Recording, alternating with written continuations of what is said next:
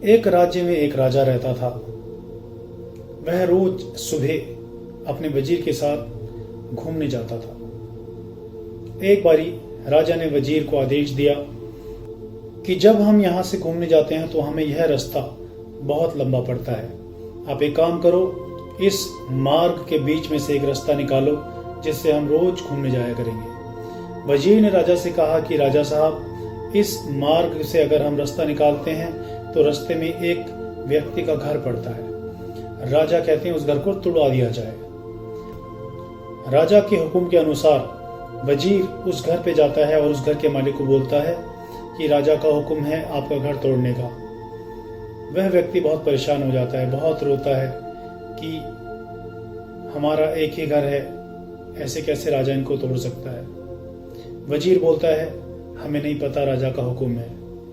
वह व्यक्ति एक महापुरुष के पास जाता है और उस महापुरुष से जाकर सारी व्यथा बताता है।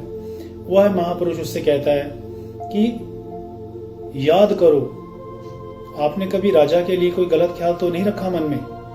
वह व्यक्ति उस महापुरुष को बताता है कि एक बारी राजा जब घूमने जा रहा था तो मैंने राजा को देखा और मैंने ऐसे मन में ही विचार किया कि काहे का राजा, पता नहीं लोग इसको क्यों राजा बोलते हैं। बस इतना कहने की देर थी, उस महापुरुष ने उसे बोला कि बस यही तो चूक हो गई, यही तो भूल हो गई, यहीं पर आपने जो अपने मन में विचार लाया जिसकी वजह से राजा ने ये फैसला सुनाया है। वह व्यक्ति कहता है कि मैंने तो सिर्फ राजा के लिए विचार लाया था, मैंने तो राजा को बोला भी नहीं। महापुरुष कहते हैं कि आप एक काम करो, आज से आप राजा के लिए अपने मन में अच्छे विचार लाने शुरू करो। अगले दिन राजा दोबारा से जब सुबह घूमने के लिए निकलता है तो वह व्यक्ति राजा के सामने आ जाता है और राजा से कहता है कि महाराज की जय हो।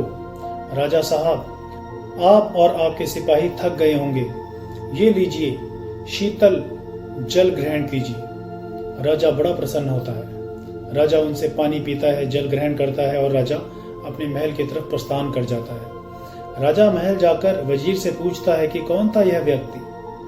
तो वजीर राजा को बताता है कि राजा साहब, यह वही व्यक्ति है जिसका घर तोड़ने का आदेश आपने दिया है। राजा बोलते हैं कि हमसे बहुत बड़ी भूल हो गई, इतना अच्छा व्यक्ति हम इसका घर कैसे तोड़वा सकते हैं। हम रोज यहीं से सुबह घूमने जाया करेंगे और अच्छी बात है, रास्ता थोड़ा लंबा पड़ेगा तो हम थोड़ा सा ज्यादा घूम लेंगे। वह वजीर उस व्यक्ति के घर पे संदेश पहुंचा देता है कि आपका घर जो राजा ने तोड़ने का आदेश दिया था वह राजा ने वापस ले लिया है, आपका घर नहीं टूटेगा।